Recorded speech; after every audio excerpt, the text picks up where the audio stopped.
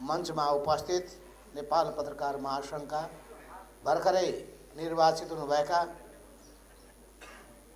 अध्यक्ष कि सभापति कि अध्यक्ष लगायत सबै केन्द्रीय समितिमा निर्वाचित हुनुभएका काठमाडौँ जिल्ला कमिटीका अध्यक्ष लगायत विभिन्न मान्यतालाई आत्मसात गर्ने लागू गर्नेहरू र अर्को भनेको दासत्व पत्रकारितालाई प्रोत्साहन दिनेहरू बीचको यो लडाईँ थियो।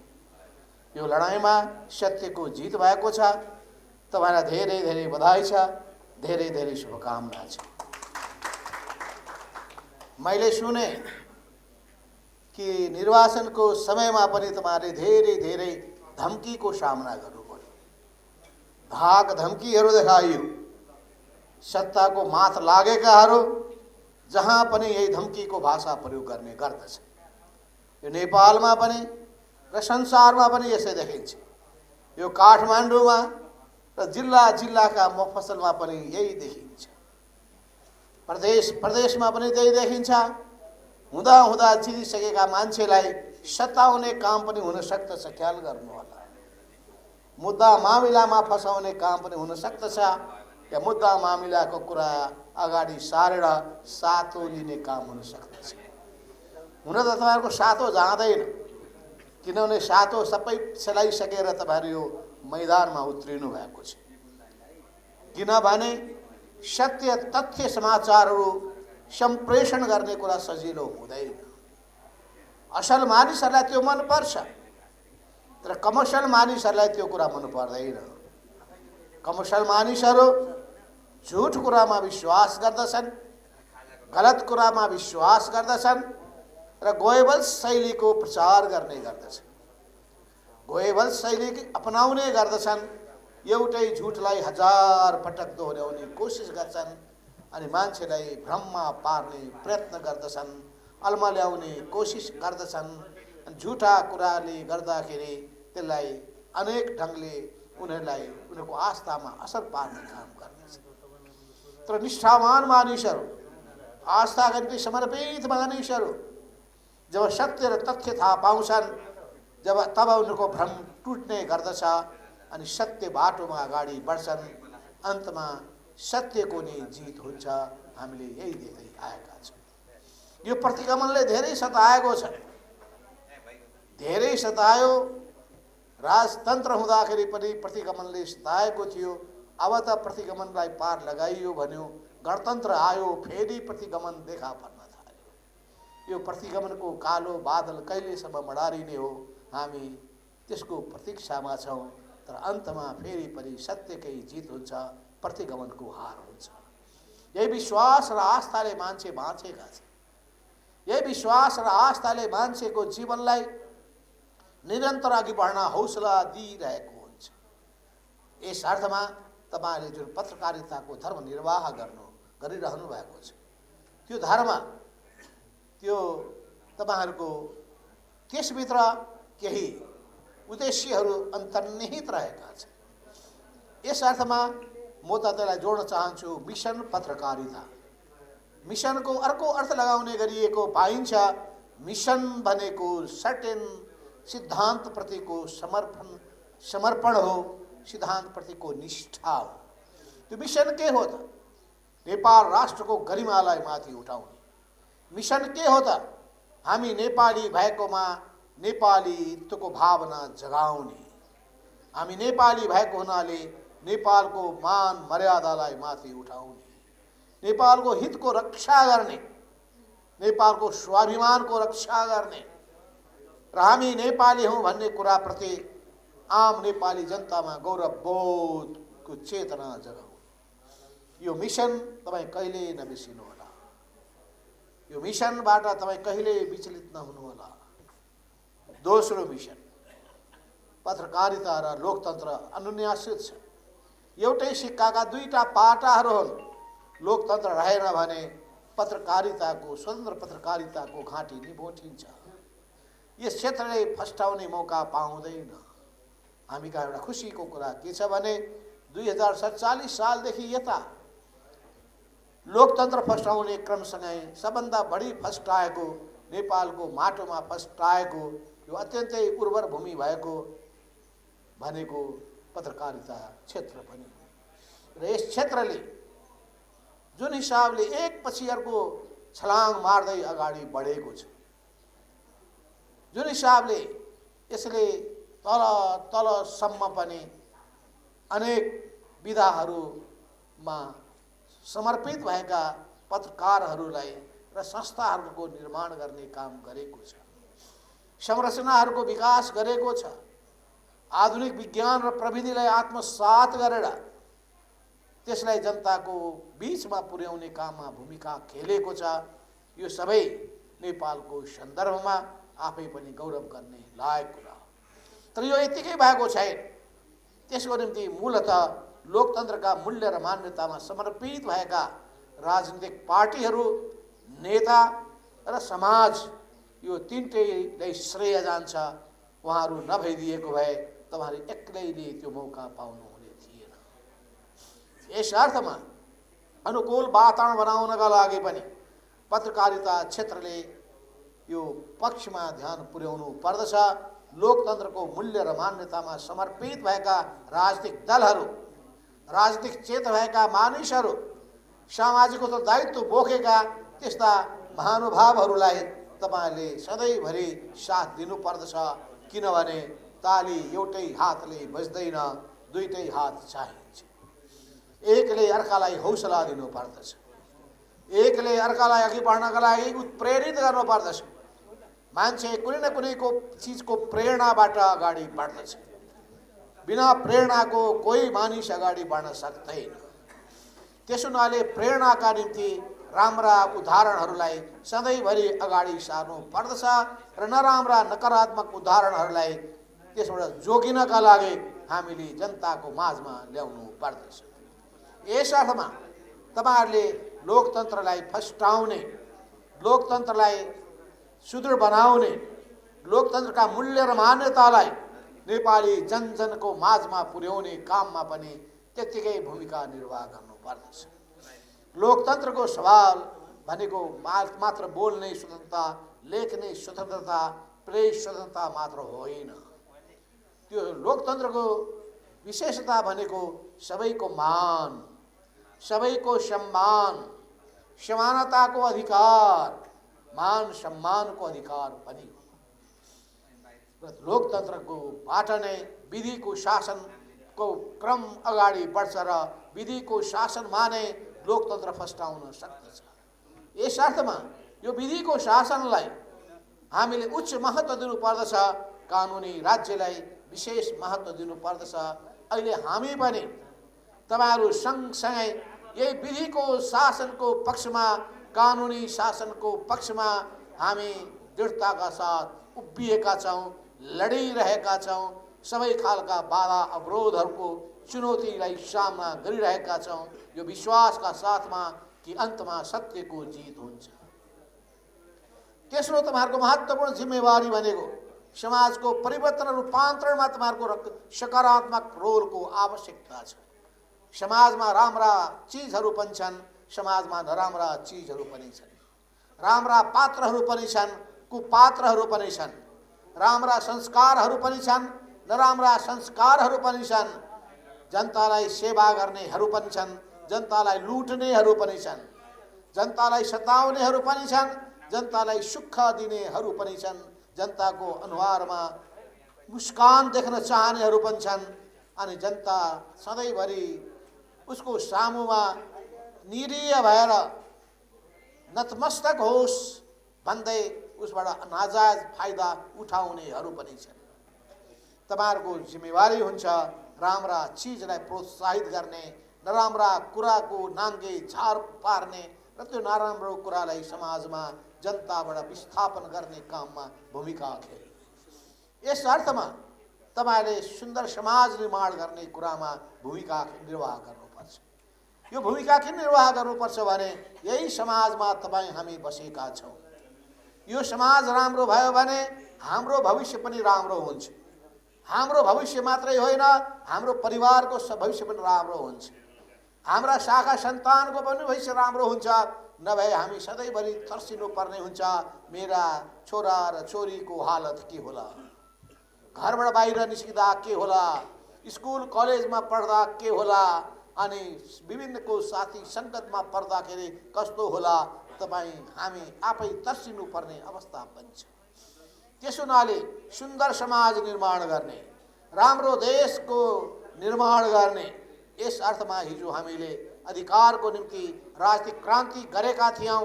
त्यसमा पत्रकारिता जगतले ठुलो भूमिका निर्वाह गरेको थियो। त्यसको निम्ति तपाईँलाई विशेष म बधाई दिन चाहन्छु, प्रशंसा गर्न चाहन्छु। तर त्यो एउटा क्रम अबबाट हामी अर्को क्रममा, अर्को सिँढीमा उक्लिएका छौँ।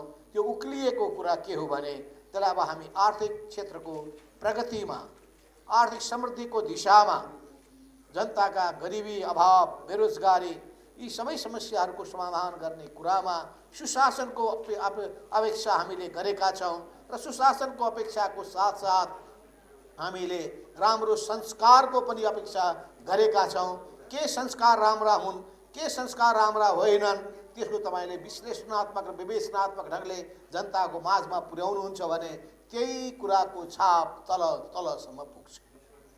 यस अर्थमा मानिसको मस्तिष्कलाई परिवर्तन गर्ने, मान्छेको विचारलाई रूपान्तरित गर्ने, मान्छेको चेतनामा परिवर्तन गर्ने काममा पत्रकारिता जगतले ठुलो भूमिका खेल्छ।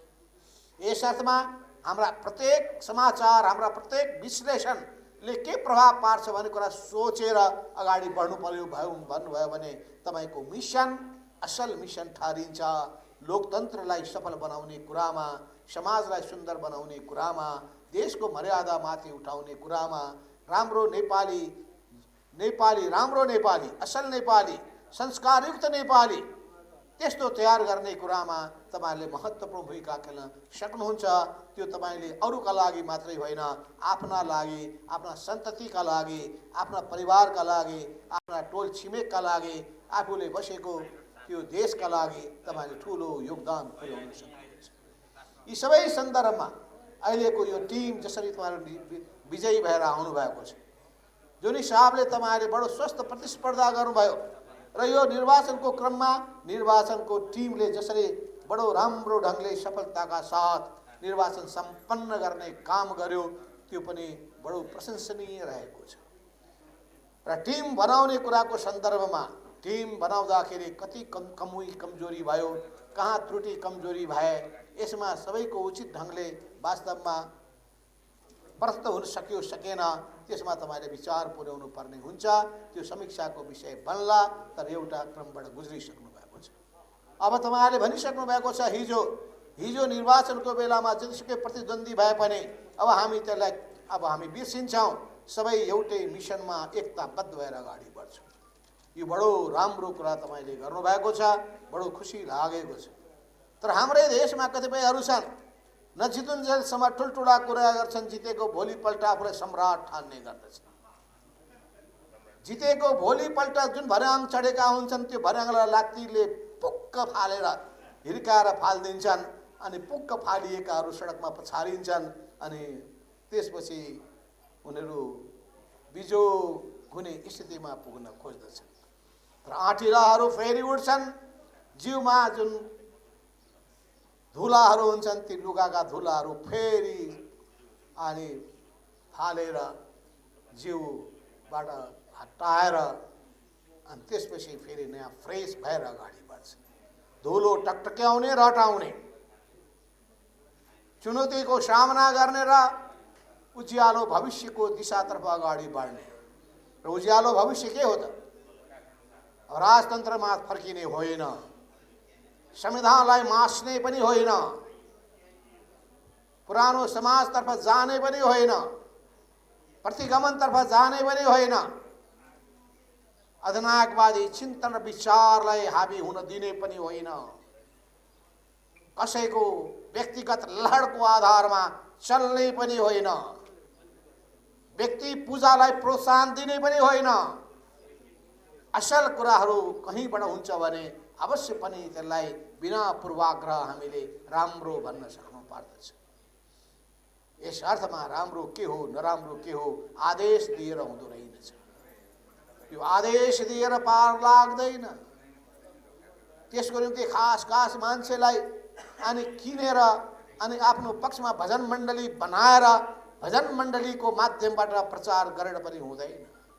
त्यो प्रचार होइन, त्यो कुप्रचार हुन पुग्दछ र कुप्रचारको अन्तमा पतन हुन्छ, हार हुन्छ। किनभने हिटलरले यस्तै कोसिस गरेको थियो, हिटलरको कोसिस समाप्त भयो, हिटलर सँगसँगै एउटा अध्याय समाप्त भएर गयो। हामीले आशा गरेका कि संसदले राम्रो भूमिका निर्वाह गर्नेछ, तर संसदमा आफ्नो समर्थन नभएपछि संसदलाई नै घाँडो ठान्ने, पार्टीभित्र आफ्नो बहुमत नभएपछि पार्टीलाई नै घाँडो ठान्ने, घरमा आदेश पालक नभएपछि घरैलाई घाँडो ठान्ने अनि घरै भत्काइदिने, पार्टी नै भत्काइदिने, संसदै भङ्ग गरिदिने यस्तो विध्वंसकारी प्रवृत्ति हाम्रो नेपाली समाजमा हिजो आज देखा पर्न थालेको छ। यो विध्वंसकारी प्रवृत्तिले सबैलाई दुःख दिइरहेको छ। दुःखको मात्रा फरक फरक होला, तर नेपाली जनतामा ती सबै चिजको सामना गर्ने रछ, आँट रहेछ, खोबी रहेछ, क्षमता रहेछ र हामी यस अर्थमा भन्छौँ गलत कुराको हार हुन्छ, सत्यको जित हुन्छ। त्यस हुनाले हार भयो भनेर थाक्ने पनि होइन, हार मानेर मैदान छोड्ने पनि होइन, दृढताका साथ बुलन्दीका साथ अगाडि बढ्ने हो। हामीले सकेसम्म सबैलाई सुधार्ने कोसिस गर्नुपर्छ। सबै सप्रिउन् भन्ने चाहना राख्नु पर्दछ, किनभने हामी कोही व्यक्ति विशेषका विरोधी होइनौँ, हामी प्रवृत्तिहरूका विरोधी हौँ। गलत प्रवृत्ति, गलत कामहरू, गलत आचरणहरूका विरोधी हौँ। गलत ठाउँमा मान्छेहरू नजाउन्, गलत बाटोमा नलागुन्, हाम्रो त्यही शुभेच्छा रहन्छ। यही शुभेच्छा र शुभकामनाले नै नेपाली समाज, नेपाली हाम्रो मुलुकको संस्कारले हामीलाई त्यही दिशामा अघि बढ्न प्रेरित गरिरहेको हुन्छ। यस अर्थमा मैले सुनिरहेको छु कि अस्ति मलाई खबर आयो, रौतहट जिल्लामा त्यहाँ जितेका जिल्ला कार्य समितिका पदाधिकारीहरू जितिसकेपछि फेरि त्यहाँ चुनाव नैमा घोटाला भयो भनेर मुद्दा दिएछन्। मुद्दा दिएपछि फुर्ती लगाएर नाच्न थालेछन् जित्छौँ भनेर। अनि त्यसपछि सुनेछु मैले कि फेरि अदालतले त्योलाई रद्द गरिदियो अनि ती नाच्नेहरूको अनुहार फेरि चाउरिएछ, कुनामा थन्किएछ। यस्तै हुँदो रहेछ। अरूको कुभलो मात्र चिताउने, यी कुभलो चिताउने कहाँ कहाँ छन् थाहा छैन मलाई। नराम्रो काम गर्नेहरू को छन् तपाईँहरूलाई त धेरै कुरा थाहा हुन्छ, किनभने जहाँ भन्छन् जहाँ नपुगे रवि वहाँ पुगे कवि भन्थे, तर अब कविभन्दा बढी पत्रकार त जहाँ पनि पुग्न सकिरहेको छ। त्यस कारण तपाईँहरूले सबै कुराहरू आन्द्रा भुडी सबै थाहा छ। सबै कुराहरूको यथार्थता तपाईँहरूले समयभन्दा पहिले थाहा पाउनु हुँदो रहेछ, किन तपाईँको घडी धेरै फास्ट हुँदो रहेछ। त्यो फास्ट घडीले कता जाँदैछ त्यो गति त्यो पनि थाहा पाउँछ। त्यसो हामीलाई पनि अलिअलि जानकारी गराउनु होला के हुन गइरहेको छ। तपाईँहरूले भन्नु होला होइन तपाईँहरूले बताउनुहोस् भनेर, हामीलाई त तपाईँहरूलाई बढ्दा थाहा हुन्छ। तपाईँहरूका धेरै ठाउँहरूमा सुडहरू हुन्छन्, ती सुडबाट सबै तपाईँ सुँग्न सक्नुहुन्छ, थाहा पाउन सक्नुहुन्छ। यस अर्थमा हामी तपाईँहरूको साथमा छौँ, सत्यको निष्ठाको सन्दर्भमा, मूल्य लोकतन्त्रका मूल्य र मान्यताको सन्दर्भमा, समाजको उत्थानको सन्दर्भमा, राजनीतिमा रहेका विकृति विसङ्गति अन्त्य गर्ने कुराको सन्दर्भमा, राजनीतिलाई सम्मानको रूपमा मान्छेले नयाँ पुस्ताले लिदिउन् भन्ने कुराको सन्दर्भमा, किन राजनीति सबै कुराको पनि नीतिको पनि राजा। यो राजनीतिले नै सबै कुरालाई निर्देशित गर्दछ। त्यस हुनाले राजनीतिका बारेमा मैले एकजना लेखकले लेख्नु भएको थियो, यो राजनीति के हो। हिजो पनि मैले काभ्रेमा भनेको थिएँ, यहाँ पनि तपाईँहरूको बिचमा भन्न मलाई मन लाग्यो। यो राजनीति भनेको कुनै गजेडीको गफ होइन अरे, यो राजनीति भनेको फोहोरी खेलको नाम पनि होइन। राजनीति भनेको वास्तवमा राज्य र समाज सञ्चालनका सम्पूर्ण नीतिलाई प्रभावित गरी व्यापक असर पार्न सक्ने शक्ति भएको दर्शनको नाम हो राजनीति। हामी असल राजनीतिको पक्षमा छौँ। हामी एउटा आदर्श मूल्य र मान्यताको निम्ति यस अर्थमा राजनीतिलाई एउटा सिद्धान्त, एउटा दर्शनको रूपमा लिएर जान चाहन्छौँ। हामी चाहन्छौँ कि जनताद्वारा जनताका लागि निश्चित विचार, मूल्य, मान्यता, लक्ष्य, उद्देश्य, हित, कार्यदिशा, सिद्धान्त सहित र निश्चित विधिमा अगाडि बढ्ने काम गरेर अरूलाई पनि त्यही बाटोमा अघि बढ्नलाई उत्प्रेरित गर्ने तरिकाबाट अघि बढाउँ। त्यस्तो राजनीतिको पक्ष पोषण हामी गर्दछौँ। यस अर्थमा राजनीति भनेको घृणा गर्ने विषय होइन। राजनीति बिना हाम्रो जीवन पनि चल्दैन। राज्य बिना जीवन चल्दैन। राज्य चलाउनका लागि एउटा विधि नीति चाहिन्छ। विधि र नीति भएन भने, नीति विधि भएन भने राज्य चल्छ कसरी? अनि त्यही विधि विचार र विधिको जगमा नै सङ्गठन खडा भएको हुन्छ। सङ्गठन बिना वास्तवमा हामी रहन्छौँ कसरी?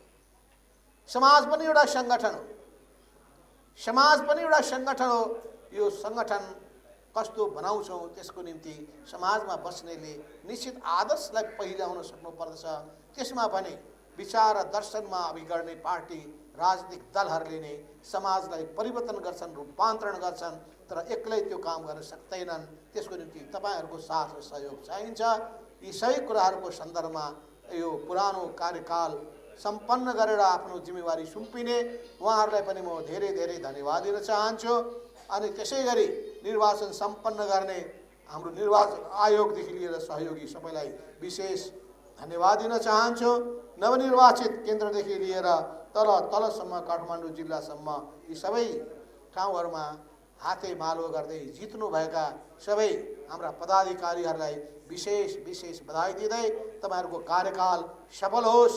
अरूले पनि हेर्दाखेरि पनि यो कार्यकालमा राम्रा कामहरू भए भनेर तपाईँहरूको रेकर्डमा त्यो नामहरू चढोस्। यी सबै कुराहरूको सन्दर्भमा तपाईँहरूको उत्तरोत्तर सफलताको कामना गर्दै आफ्नो मलाई यहीँ टुङ्ग्याउँछु। धन्यवाद, नमस्कार।